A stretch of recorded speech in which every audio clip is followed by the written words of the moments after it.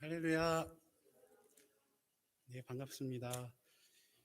이렇게 주님께서 우리와 늘 함께 계셔서 이렇게 함께 예배드리게 하심을 하나님께 감사드립니다. 네, 저는 난코전도소 김대현 목사라고 합니다. 오사카 북부교회가 늘 난코전도소를 위해서 늘 기도해 주시고 늘 사랑해 주셔서 진심으로 감사드립니다. 네, 우리 성가대 우리 찬양도 독창도 네, 감사드립니다. 아름다운 찬양 감사드립니다. 제가 벌써 일본에 온 지 12년이 되었습니다. 12년이 되었는데, 그래서 여러분과 만난 지가 벌써 12년이 되었습니다. 시간이 참 빠르지요. 한 해 한 해 지나갈수록 인간적으로 보면 더 편해지고 더 적응이 돼야 되는데 매번 두려움과 불안 속에서 살아가고 있습니다. 왜냐하면 우리가 내일 무슨 일이 있을지도 모르고 매일매일 가보지 않은 길을 가는 것은 참 어려운 일인 것 같습니다. 물론 지금은 목적지를 정하면 내비게이션이 있어서 우리가 어디든지 갈 수 있지만 20년 전만 생각해도 그리고 우리의 시간들이 그렇지만 아직 다가오지 않는 길, 가보지 않은 길을 가는 것은 참 어려운 일인 것 같습니다. 오늘 말씀에 보면 우리가 잘 알고 있는 요셉의 말씀입니다. 요셉도 오늘 우리와 같이 한 번도 가보지 않은 길을 간 사람입니다. 불안과 두려움이 있는 길, 그 길 위에 서 있는 요셉이 오늘의 말씀입니다. 오늘의 말씀을 통해, 오늘의 예배를 통해 우리가 요셉의 신앙을 배우고 그 자리에 머무르는 것이 아니라 주님과 함께 걷는 길, 주님이 인도해 주시는 길로 따라가는 우리 모두가 되기를 주님의 이름으로 축원합니다. 오늘은 요셉의 신앙에 대해서 세 가지로 나누어 함께 배우고 싶습니다. 먼저 첫 번째로는 요셉은 주님과 함께, 하나님과 함께 살아간 인생입니다. 살아가다. 여러분은 어떻게 살아가고 계십니까? 우리가 살아간다는 것이 그냥 보통의 당연한 것처럼 보이지만 굉장히 어려운 일이기도 합니다. 여러분은 어떻게 요즘 살아가고 계십니까? 오늘 요셉을 보면 창세기 39장 1절을 보면 이렇게 시작이 됩니다. 요셉이 이끌려 애굽에 내려가매 바로의 친위대장 애굽 사람 보디발이 그를 그리로 데려간 이스마엘 사람의 손에서 요셉을 산이라. 먼저 요셉이 이끌려라는 표현을 쓰고 있습니다. 요셉이 이끌리려라는 표현은 요셉이 자기가 인생을 계획해서 이렇게 하자라는 것이 아니라 누군가의 손에 이끌렸다라는 것입니다. 자기의 의지가 전혀 포함되지 않는 말입니다. 그리고 요셉을 산이라라는 표현을 39장 1절에 사용하고 있습니다. 여러분을 값주고 누군가 산다면 여러분의 기분은 어떻겠습니까? 물론 이 당시에 문화가 있었기 때문에 요셉은 팔렸다. 그리고 요셉을 산이라라는 표현이 계속되고 있습니다. 즉 요셉은 자신의 의지가 아니라 팔린 인생을 지금부터 살게 되었다라는 표현입니다. 요셉의 이야기는 37장부터 시작이 됩니다. 그래서 50장까지 요셉의 이야기가 계속되고 있는데 오늘은 39장의 말씀을 중심으로 이야기를 전하고 싶습니다. 먼저 37장에 잠깐 우리 요셉을 소개하면 요셉이 먼저 어떤 사람이었는지를 보는 것이 필요합니다. 37장 3절에 보면 요셉은 노년에 얻은 아들이라고 표현하고 있습니다. 요셉의 아버지는 야곱입니다. 그래서 야곱이 노년에 얻었기 때문에 굉장히 소중하게 아들을 키웠습니다. 그리고 단지 그것뿐만 아니라 다른 아들보다 더 사랑했다라고 나와 있습니다. 그래서 단지 사랑만 했으면 좋은데 그를 채색 옷을 지었다라는 표현을 쓰고 있습니다. 그래서 가장 귀한 옷, 아름다운 옷을 내가 사랑하는 아들에게 입혔다라는 것입니다. 요셉은 즉 소중한 한 가족의 소중한 아들이었습니다. 아버지의 사랑을 받고 자라난 아들이었지만 형들에게는 사랑을 받지 못했던 것 같습니다. 우리 37장 24절에 보시면 23절, 24절에 보시면 먼저 그 형들이 요셉의 옷을 벗겼다. 옷을 가장 예쁜 상징인 옷을 벗긴 다음에 어떻게 했냐면 그를 잡아 구덩이에 던졌다라는 것입니다. 그리고 그 구덩이에는 물이 없었다라고 이야기하고 있습니다. 37장의 사건들을 전부 이야기하진 않겠지만 3절과 24절, 20을 보면 24절을 보면 즉 요셉은 야곱의 아들이었지만 그 형들의 미움의 행동으로 인해서 노예의 신분이 바뀌었고, 그리고 요셉은 지금까지 아버지의 집에서 살았지만 노예 시장으로 팔려가고 이 구덩이에 빠져서 노예 시장으로 팔려가고, 그리고 지금까지는 가족들과 함께 살았지만 철저하게 혼자 남는 그런 인생을 살게 됩니다. 요셉은 17살 청춘이었습니다.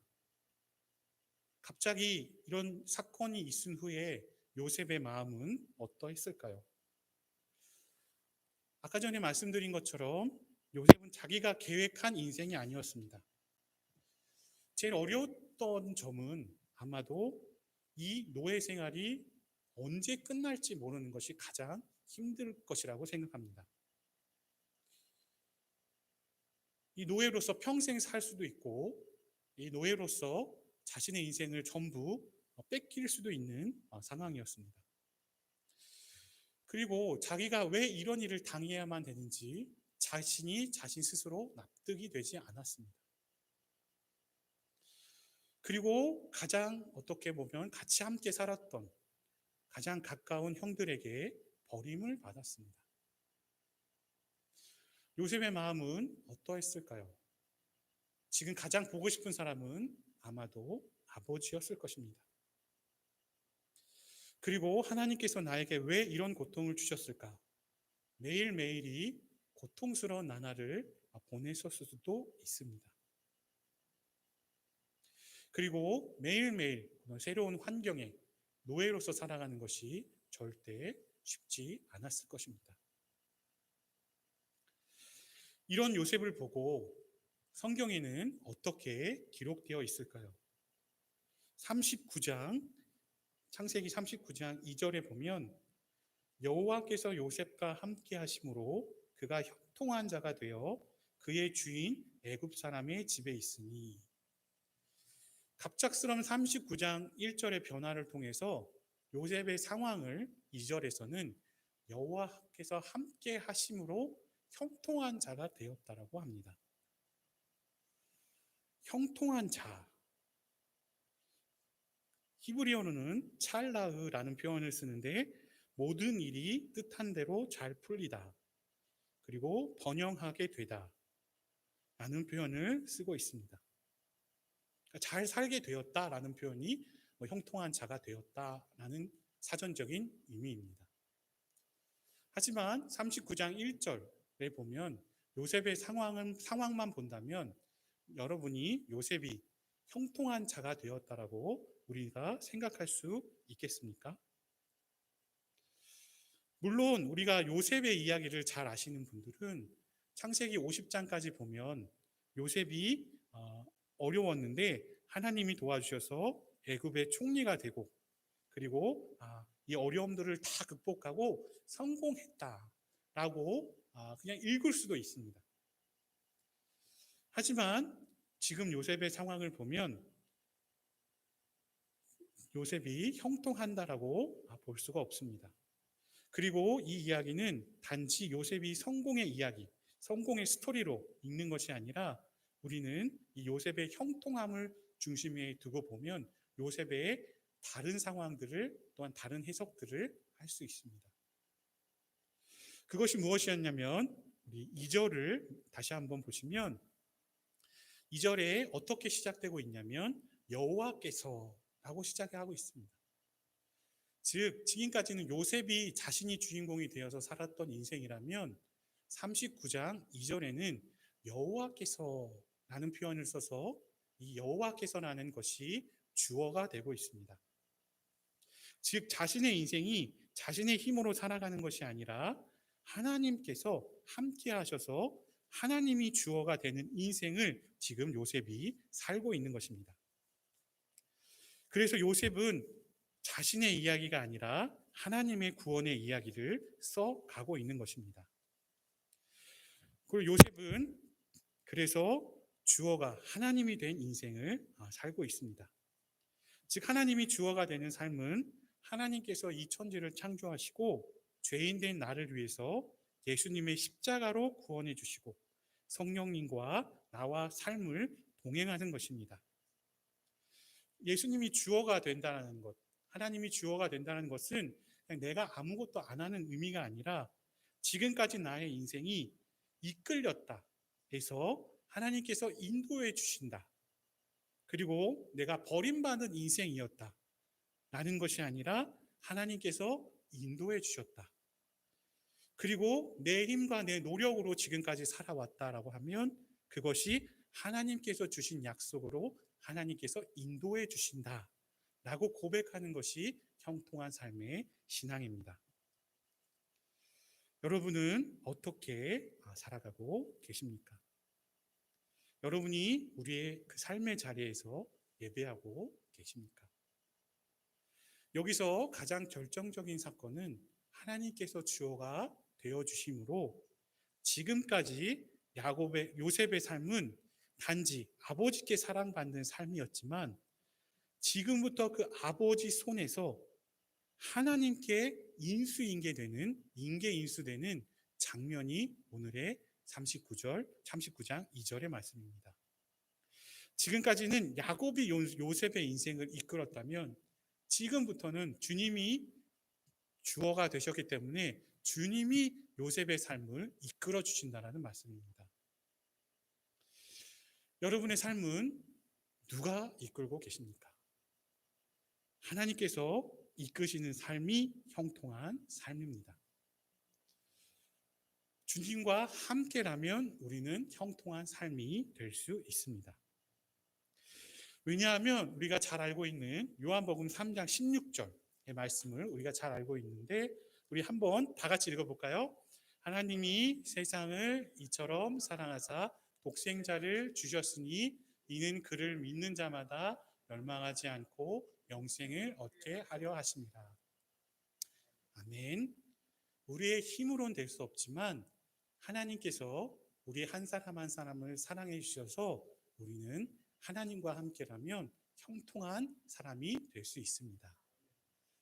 제가 여기에 온 기도하면서 가장 느꼈던 것은 뭐냐면 꼭 전하고 싶은 말씀이 무엇이냐면 여러분이 바로 그 형통한 자라는 것입니다.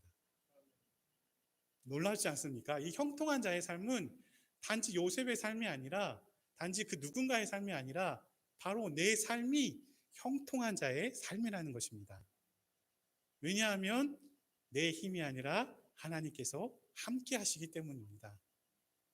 그래서 요셉처럼 형통한 자가 되어 하나님과 함께 하루하루를 살아가시는 여러분들이 되시기를 주님의 이름으로 축원합니다. 하나님과 함께 살아가는 사람은 두 번째로 큰 특징이 있습니다. 큰 특징이 무엇이면 주변을 늘 살리는 사람이 되는 것입니다. 우리가 하나님과 함께 하심으로 인해서 단지 나만 형통한 자가 되는 것이 아니라 하나님께서 나를 통해서 늘 주변을 살려주신다는 것입니다. 나를 통해서 축복이 흘러가게끔 하신다라는 말씀입니다. 우리 3절부터 5절 말씀 우리 눈으로 읽어도 좋고 같이 읽어볼까요? 그의 주인이 여호와께서 그와 함께 하심을 보며 여호와께서 그의 범사에 형통하심을 하게 하심을 보았더라. 요셉이 그의 주인에게 은혜를 입어 섬김에 그가 요셉을 가정총무를 삼고 자기의 소유를 다 그의 손에 위탁하니 그가 요셉에게 자기의 집과 그의 모든 소유물을 주관하게 한 때부터 여호와께서 요셉을 위하여 그 애굽 사람의 집에 복을 내리심으로 여호와의 복이 그의 모든 집과 밭에 그 모든 소유에 미치니라. 아멘. 우리가 3절에서 5절에 읽었던 것처럼 요셉을 통해서 여호와의 복이 그의 집의 모든 소유에 이르렀다고 이야기하고 있습니다. 어떻게 그것이 가능했을까요? 요셉의 이야기의 먼저 특징은 우리가 늘 인간관계 속에서 요셉의 이야기가 풀어간다는 점입니다. 단지 하나님이 요셉을 축복했다라고 해서 끝나는 것이 아니라 요셉이 고난을 받고 있으니까 그 고난을 잘 넘겼다라고 해서 끝나는 것이 아니라 요셉의 이야기는 늘 주변에 사람들이 있었습니다. 그 인간관계라는 게 굉장히 어려운 일이지만 늘 그 안에서 요셉이 있었다는 것입니다. 즉 요셉은 늘 삶의 현장에 있었다는 이야기가 됩니다. 단지 자기 혼자 계획해서 살아가는 인생이 아니라 늘 주변 사람들과 함께 살아가는 삶의 현장에 놓여 있었다는 것입니다. 즉 하나님의 귀한 영향력을 서로 주고받고 늘 하나님의 영향력 가운데 살아갔다는 이야기입니다. 그 이야기 속에 하나님께서는 요셉을 보디발의 집으로 이끄셨습니다. 우리가 보디발을 생각해 보면 애굽의 간부로서 얼마나 많은 사람들을 상대했겠습니까? 요셉은 그러니까 그 보디발은 늘 사람을 채용하는 입장에 있었기 때문에 이 사람을 보면 채용할지 안 할지 아마 금방 알 수도 있었을 것입니다. 여러 사람들을 상대했고 하지만 요셉을 보고 요셉에게 자기 재물을 다 맡길 정도까지 요셉을 신뢰했다는 것을 보여줍니다. 이게 우리 성경에는 간단하게 쓰여 있지만 여러분의 재산을 예를 들면 다른 사람에게 아니면 다른 외국인에게 맡긴다는 것 자체가 어려운 일입니다. 하지만 이 많은 사람들을 체험한 감당한 보디발은 요셉에게 전부 맡겼습니다. 무엇을 보았기 때문이었습니까? 3절에 보면 요셉이 똑똑함을 보았다라고 나와 있습니까? 아니면 요셉이 말을 잘 들었기 때문이라고 나와 있습니까? 그게 아니라 여호와께서 요셉과 함께 하심을 보디발이 보았다는 것입니다. 즉 우리를 통해서 단지 그 주변의 사람들이 잘 먹고 잘 살았다 해서 이야기가 끝나는 것이 아니라 주변의 사람들을 살리기 위해서는 주변의 사람들을 늘 돌보기 위해서는 하나님이 나와 함께 하심을 주변의 사람들이 보는 것이 중요하다는 것입니다. 여러분들을 보고 주변 사람들이 하나님과 함께 하심을 보고 있습니까? 그것이 요셉의 삶이었습니다. 우리가 요셉을 보면 요셉의 고난은 늘 남에 의한 고난이 많았습니다. 자기가 죄를 지어서 자기가 나쁜 짓을 해서 고난이 온 것보다는 늘 주변의 사람들로 당한 고난이 많았습니다. 저는 창세기를 읽어보면 가장 놀랐던 점은 그 안에서 요셉이 어떤 불만을 하거나 원망을 하거나 불평을 했다는 말이 없다는 점입니다. 늘 감사했다는 것입니다. 이 감사가 그리고 여러분들을 통해서 늘 주변을 살리는 여러분들이 되시기를 주님의 이름으로 축원합니다. 요셉은 늘 주변의 필요를 보았습니다. 그 주변의 사람들의 안색을 보고 얼굴을 보고 무엇이 필요할까? 그리고 무엇을 도와줄 수 있을까? 늘 주변을 위해서 기도하는 사람이 바로 요셉이었습니다. 그렇기 때문에 여호와께서 요셉과 함께 하심으로 형통하심을 더해 주셨습니다. 여러분들을 통해서 늘 주변이 살아나는 놀라운 기적이 일어나기를 주님의 이름으로 축원합니다.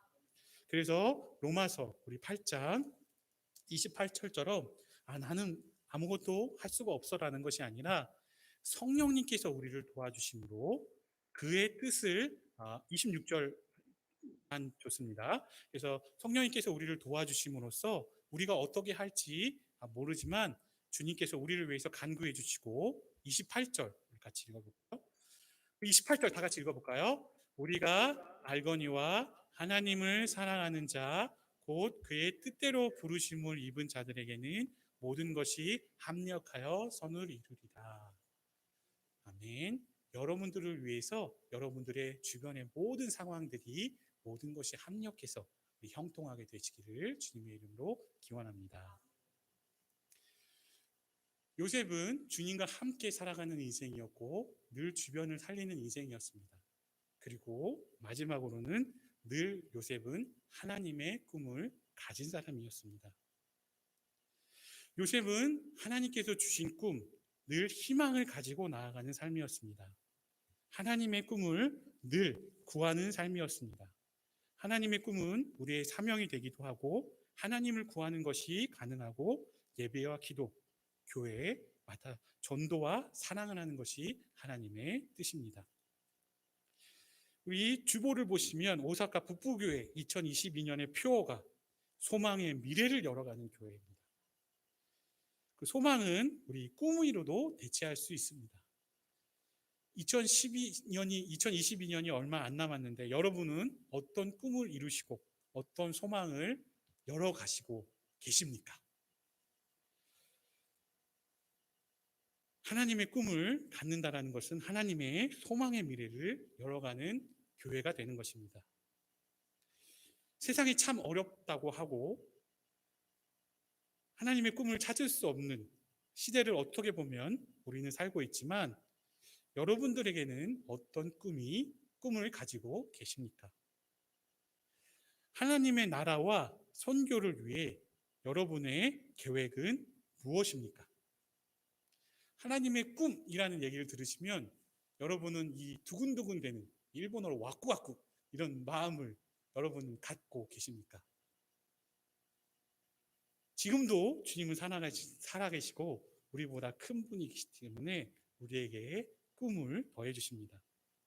왜냐하면 우리 사도행전 2장 16절에 보면 요엘 선지자를 통해서 말씀하신 바이지만 이 성령을 받고 우리는 어떻게 되냐면 2장 17절 보고 우리 같이 읽어볼까요? 하나님이 말씀하시기를 말세 내가 내 영을 모든 육체에 부어주리니 너희 자녀들은 예언할 것이요 너희 젊은이들은 환상을 보고 너희 늙은이들은 꿈을 꾸리라.